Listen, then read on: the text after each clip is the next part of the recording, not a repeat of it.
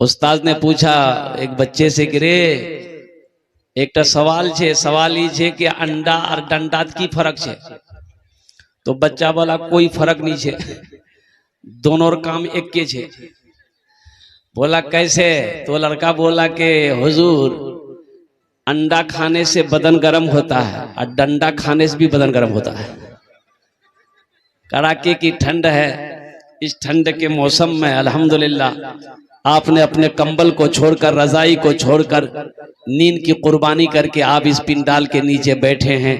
मेरा अल्लाह इसका इनाम यहाँ भी अता फरमाएगा, आखिरत में भी अता फरमाएगा। इसका बदला मेरा अल्लाह यहाँ भी देगा, जन्नत में भी देगा। और आखिरत का इनाम क्या है? आखिरत का इनाम है जन्नतुल फिरदौस, जन्नतुल फिरदौस।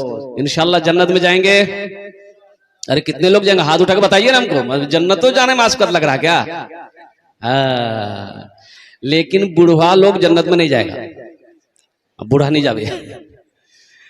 तो बूढ़े लोग सोचते मुल जाब की बोलो भैया, मी नमाज पढ़ो, कुरान पढ़ो, रोजा रखो, मी ही नहीं जाम। हाँ तो बूढ़े लोग जाएंगे, लेकिन बूढ़ा बनाकर नहीं, अल्लाह जवान बनाकर जन्नत के अंदर में दाखिल करेगा। सुभान अल्लाह बोले अल्हम्दुलिल्लाह। अल्लाह पहले जवान बनाएगा, हर बूढ़ा को जवान बनाएगा, हर बुढ़िया को अल्लाह जवान बनाएगा। 33 साल की उम्र अल्लाह देगा, सोने का यहाँ से लेकर यहाँ तक कंगन पहनाएगा, अल्लाह खूबसूरत बनाएगा और खूबसूरत बनाकर जन्नत के अंदर में दाखिल करेगा। और जन्नत दाहरी झमेला नहीं होवे, सफाचट मैदान खाली। जन्नत में दाढ़ी, जन्नत में दाढ़ी नहीं होगी। और कुर्बान जाओ। अच्छा जन्नत की और एक नेमत मैं आपको बताता चलूं। दुनिया में देखिए किसी चीज की खाने की ख्वाहिश भी, अरे मैं बकरी गोश्त खानू तन, ए बेटा मोर मन करो हो बकरी गोश्त खवार तुम जानी गोश्त नहीं उसने। बेटा गया पलासी गया, बेटा कलियागंज मार्केट गया, कसाब के यहाँ गया, कसाई को बोला 1 किलो गोश्त दे दे मोक। कसाई ने गोश्त काटा, गोश्त दिया, पैसा दिया, झोला में लिया, घर लाया। बीवी को बोला कि मुन्नरमा गोश्त बना, बा खावे, बा गोश्त खावे। अब मुन्ना की अम्मी गोश्त धो के रखी, इधर प्याज निकाली, लहसुन निकाली, अदरक निकाली, मिर्च निकाली, सारा मसाला निकाली, दिली सिलोट में दे पीरन, दे पीरन। मसाला रेडी हो गया, इधर चूल्हा जला, हांडी रखा गया, गोश्त डाला गया, चूल्हा जलाया गया। ओ पकते पकते 1 घंटा में गोश्त पका। अच्छा गोश्त पक गया, दस्तरखान बिछा, आप बैठे, प्लेट आ गई, गोश्त निकाले, रोटी तोड़े, रोटी का लुकमा तोड़े, मुंह में लिए, गोश्त उठाए, मुंह में लिए, दांत में पहले चबाए चबाए चबाए, तब अंदर घोटे, तब पेट में गया, है ना भाई? यही तरीका है ना। लेकिन जन्नत में ये सब का झमेला नहीं होगा।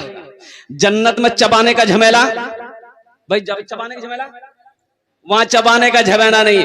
बस ख्वाहिश हुई कि फला चीज खाते, आया गुप खत्म। वहां चबाने का झमेला नहीं है। जिस चीज की भी ख्वाहिश हुई खाने की, फल खाना है अल्हम्दुलिल्लाह हाजिर है, मिठाई खानी है हाजिर है, जो खाने का मन है, सिर्फ बंदे की ख्वाहिश हुई, ख्याल गया, अल्लाह हाजिर कर दिया।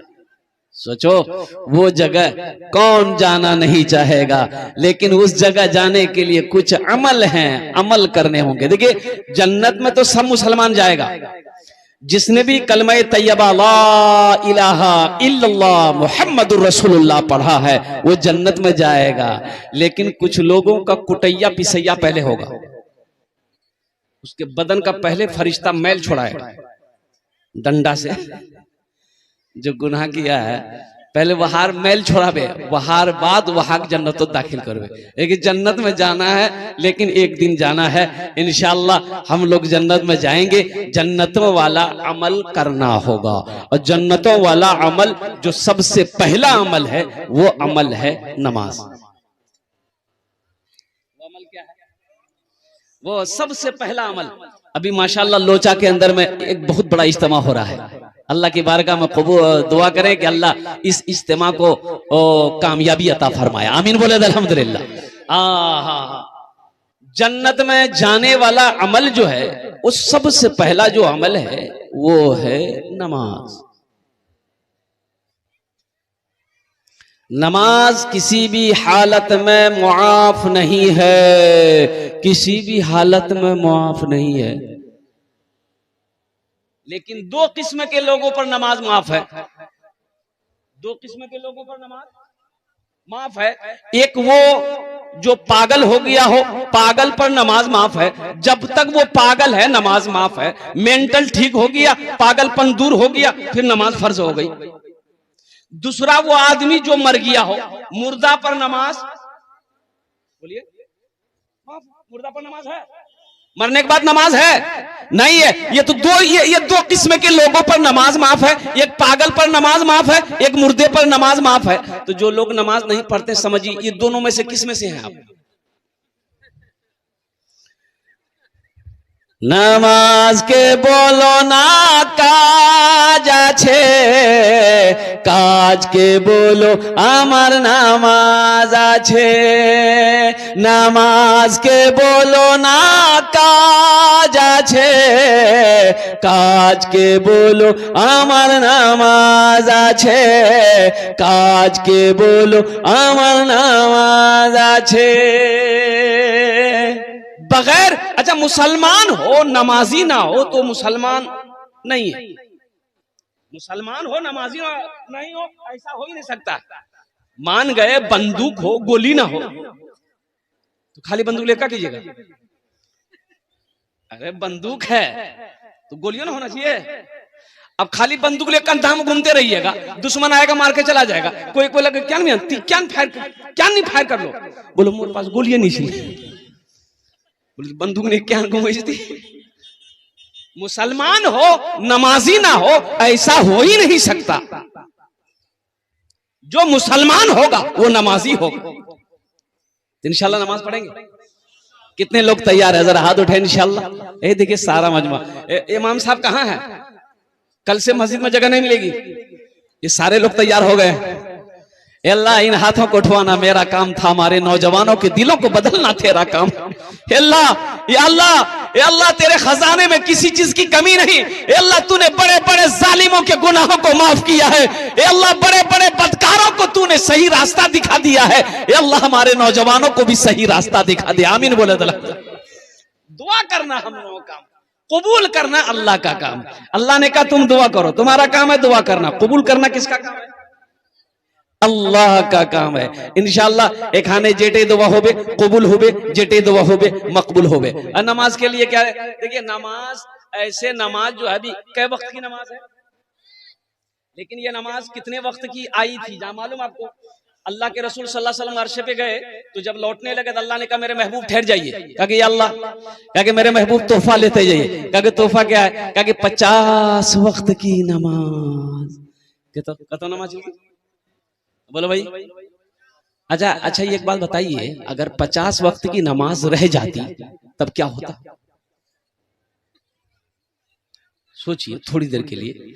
अभी 5 वक्त की नमाज हम लोग पढ़ नहीं पाते हैं, 50 वक्त की नमाज अगर रह जाती तो सुन लो, आप गौर से सुन लीजिए, जो पढ़ने वाला है वो 50 वक्त के क्या, अगर 100 वक्त की भी नमाज अल्लाह अगर फर्ज कर देता तो इंशाअल्लाह जो पढ़ने वाला है वो पढ़ कर रहे। छठे आसमान में हजरत मूसा अलैहिस्सलाम से मुलाकात हो गई अल्लाह के महबूब की। जब लौटने लगे तो मूसा अलैहिस्सलाम ने कहा या रसूल अल्लाह क्या मिला? कहा कि 50 वक्त की नमाज मिली। तो मूसा अलैहिस्सलाम ने कहा या रसूल अल्लाह, अल्लाह अल्लाह लौटिए, जाइए अल्लाह के पास कम करवाइए। मेरी उम्मत के ऊपर में सिर्फ 2 वक्त की नमाज फर्ज थी, बनी इसराइल के ऊपर में 2 वक्त की नमाज फर्ज थी। बनी इसराइल फजर असर, फजर और असर 2 ही वक्त की नमाज। तो मूसा अलैहिस्सलाम कहने लगे या रसूल अल्लाह मेरी उम्मत के ऊपर में 2 वक्त की नमाज थी, फिर भी उन लोग नहीं पढ़ पाते थे, ये तो 50 वक्त बहुत है, कम करवाइए। तो अल्लाह के नबी गए तो मेरे अल्लाह ने कहा मेरे महबूब ठीक है, 5 वक्त की नमाज मैंने कम कर दिया, जाइए। कितनी रह गई? बोलिए, जोर से बोलिए ना। तो मूसा अलैहिस्सलाम ने कहा या रसूल अल्लाह कितनी कम हुई? बोले 5। बोला फिर जाइए। फिर गए या अल्लाह कुछ कम हो जाती। अच्छा तो अल्लाह ने कहा कि मेरे महबूब 5 और कम कर दिए, जाइए। कितनी रह गई? मूसा अलैहिस्सलाम ने कहा कि या रसूल अल्लाह कितनी रह गई? बोले 40। बोले फिर जाइए। 9 बार गए, 9 5 9 5 45 वक्त की नमाज खत्म हो गई। 45 वक्त की नमाज खत्म हो गई तो मूसा अलैहिस्सलाम ने कहा या रसूल अल्लाह कितनी कम हो गई? बोले 45। या रसूल अल्लाह कितनी रह गई? तो अल्लाह के रसूल ने इरशाद फरमाया मूसा 5 रह गई। तो मूसा अलैहिस्सलाम ने कहा कि एक बार और जाइए। अच्छा, जो लोग नमाज नहीं पढ़ते हैं वो सोचता होगा आहा बहुत अच्छा रह लेन, एक बार आज चलेगा ना नमाजेर झमेला खत्म हो गई। नौजवानों, लेकिन सुनो मेरे बच्चों, सुनो, अल्लाह के रसूल ने इरशाद फरमाया अब मुझे शर्म आती है, अल्लाह के पास नमाज कम कराने के लिए मैं नहीं जाऊंगा, मैं नमाज पढ़ूंगा, मेरी उम्मत नमाज पढ़ेगी। तो सुनो नौजवानों, मुसलमानों सुनो, मेरे अल्लाह ने जवाब दिया, मेरे महबूब आपकी गुफ्तगू को मैंने सुन लिया, मेरा कौल पक्का है, मेरा वादा पक्का है, मेरे महबूब मैंने आपको 50 वक्त की नमाज दी, फिर मैंने कम करके वो 5 वक्त की नमाज रह गई है। जो भी मेरा बंदा, जो भी मेरी बंदी 5 वक्त की नमाज पढ़ेगी, हम उसे 50 वक्त नमाज पढ़ने का सवाब अता फरमाएंगे।